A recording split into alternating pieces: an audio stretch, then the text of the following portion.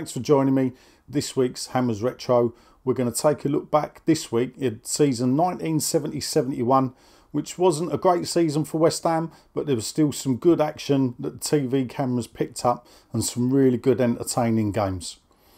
First up, Jimmy Greaves goes back to Tottenham for the first time since he swapped with Martin Peters and joined us in the March of 1970, and all the action is brought to us by the Big Match cameras. England. And now Pearce. Oh, and Gilzean quite free. There it goes by Gilzean. And no mistake about it. Now Bobby Moore. Best to flick it on. And Peters. Bobby Moore to pump it back again. Hurst looking to get underneath it. And does so. Greaves. Oh, Greaves! He's done it! Jimmy Greaves! The goal he wanted!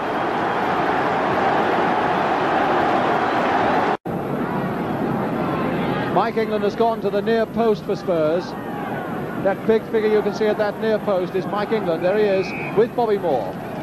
Dennis Bond with the corner. Aim towards England, flicked on well. Gilzean! And it worked! Gilzean!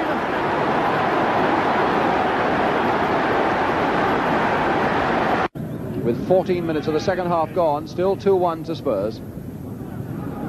Clyde Best. Howe tricking his man very neatly, and a nice little cross there, and in goes Bennett! 2-2 by Peter Bennett.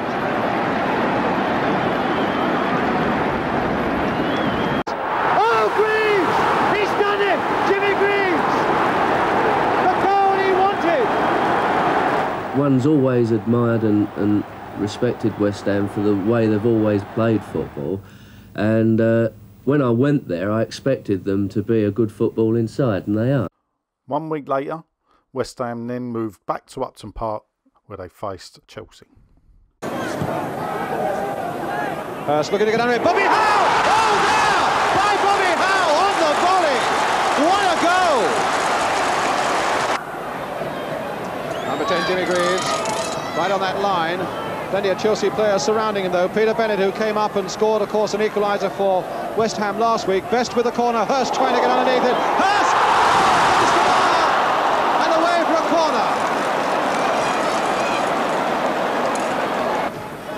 So Chelsea, who looked so bright and so busy in the opening 5 minutes, a goal down and under a fair bit of pressure as Greaves now takes it up again for West Ham.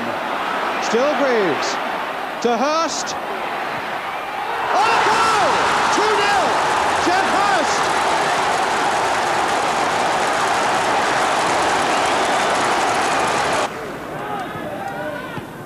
Really bright, warm sunshine now. Weller.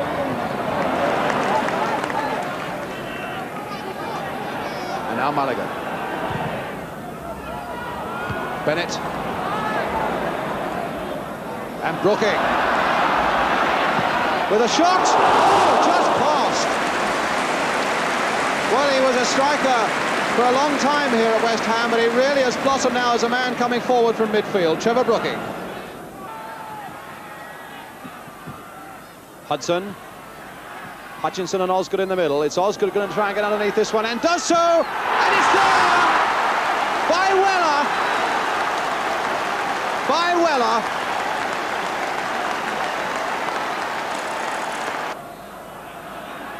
To Hudson. Certainly Greaves has had a good lively game. He's been running well for West Ham, making himself available, but here's the trouble at the other end now as Osgood gets up well, and it's there by Weller, number 2. Keith Weller's second goal. And Chelsea's second goal. 2-2. Towards the end of September, West Ham flew out where they were invited to play in an exhibition match in New York City against Pelé Santos from Brazil. The game was played at the Downing Stadium, Randall's Island. 22,000 attended the game, and all 4 goals were scored within a 20-minute spell during the game. There's not a lot of footage left or that could be found, but I managed to find some that you can see coming up now.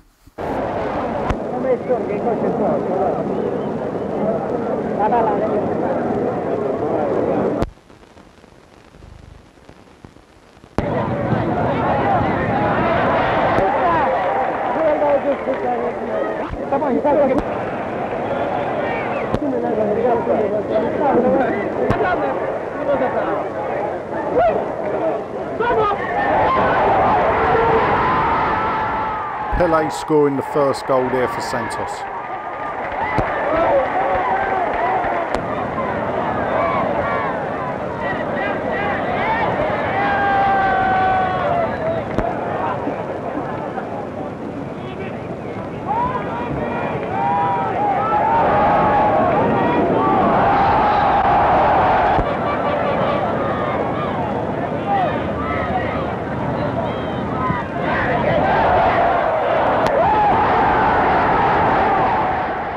Best there scoring for West Ham.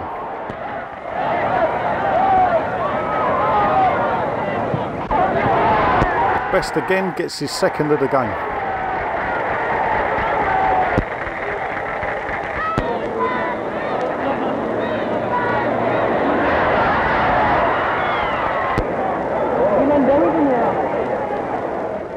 Just make out Pele there scoring his second to finish the game 2-2. Just 1 month later, West Ham made the short trip to Selhurst Park, where they faced Crystal Palace in front of a 41,000 crowd. Wall right up, and Taylor, another very aggressive player, a Scot, but Eustace beating him, and the ball falling nicely there for Jimmy Greaves, with Bobby Howe outside him and Lindsay coming up on the outside as well. That's aim for Bobby Howe. Still Howe, and a goal to West Ham from Bobby Howe. With 5 minutes gone, my goodness, he took it well. In a fairly crowded penalty area, with good skills and a good finishing shot from Bobby Howe. 1-1 draw with Palace. We then moved forward to the 14th of November, where we faced Wolverhampton Wanderers at the Bowling. Strangely enough, in black and white, but big match were there, and Brian Moore was the commentator. So Mr. Lewis gets us away. West Ham defending the goal to our left. 6 from the bottom of the first division against Wolves, 5th from the top. And a sign that Wolves are building for the, or rather that West Ham are building for the future. 2 young homegrown players in this side today. At number 2, John McDowell, just 19, and at number 7, Johnny Aris, only 17. And now the number 11, Wagstaff, and they've allowed him to go a long way. Grotier losing the ball, and now the number 10 across that goal from Hugh Curran, and the goal is given.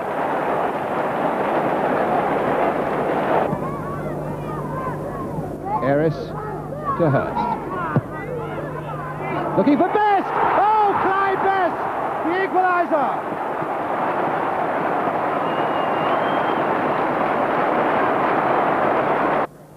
Howe with the corner again.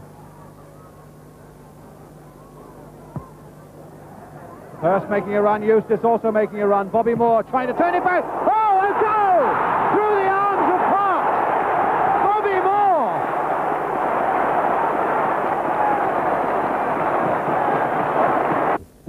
And he always found a position for himself, a space for himself. And Best! Oh, Best again, you see. Clyde Best! What about Route 1 football there, Mr. Charlton? In the air. Route 1 football from West Ham there. And Bobby Moore straight into the referee, knocked out the referee. Bobby, no, you mustn't laugh. It's not fair to laugh. It's completely knocked out. Bobby Moore picked the whistle up and blew the whistle to bring the train around. I didn't see that. Did. On for Parkin. And now Hibbett. And Bailey. And Gould or Bailey, will they by sledgehammer methods get in there now? Oh, a fine goal by McCalliog! Oh, what a fine goal!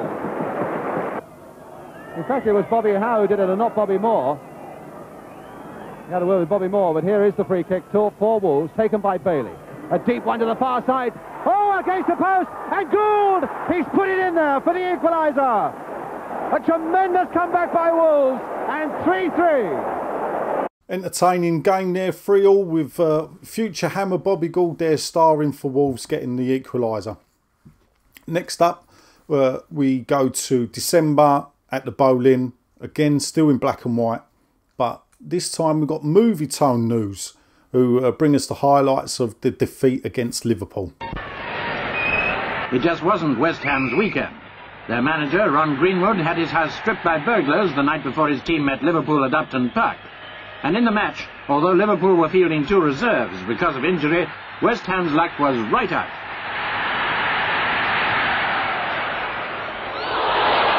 It looked as though they were a certain 1-up after 20 minutes play, but Lindsay's vicious drive rebounded from the underside of the crossbar.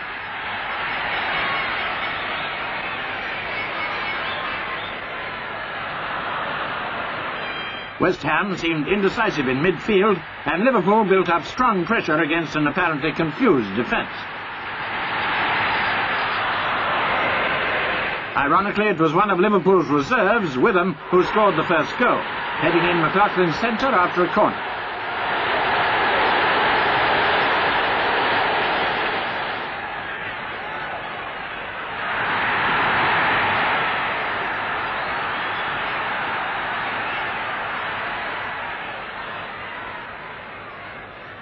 West Ham may have been erratic, but they hadn't given up. They came back into the game when Jimmy Greaves picked up a pass from Hurst and beat 2 men to score a beauty.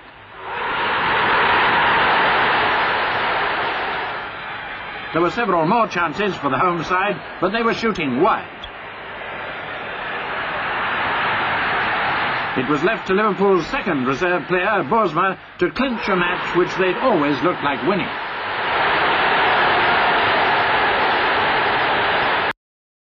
We move now into 1971, which things were going from bad to worse for West Ham. In the FA Cup of that year, 1971, we played Blackpool away.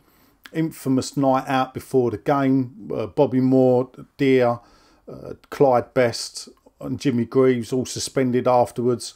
And just 10 days after that game, we're now faced with a Leeds United team at home with the big match cameras. Side after a month out with a painful back injury. So the side is still without Bobby Moore and Jimmy Greaves, and now there's a further blow when goalkeeper Bobby Ferguson is ruled out with a finger injury. Peter Grotier takes his place. Brooking to Hurst. And Brooking again.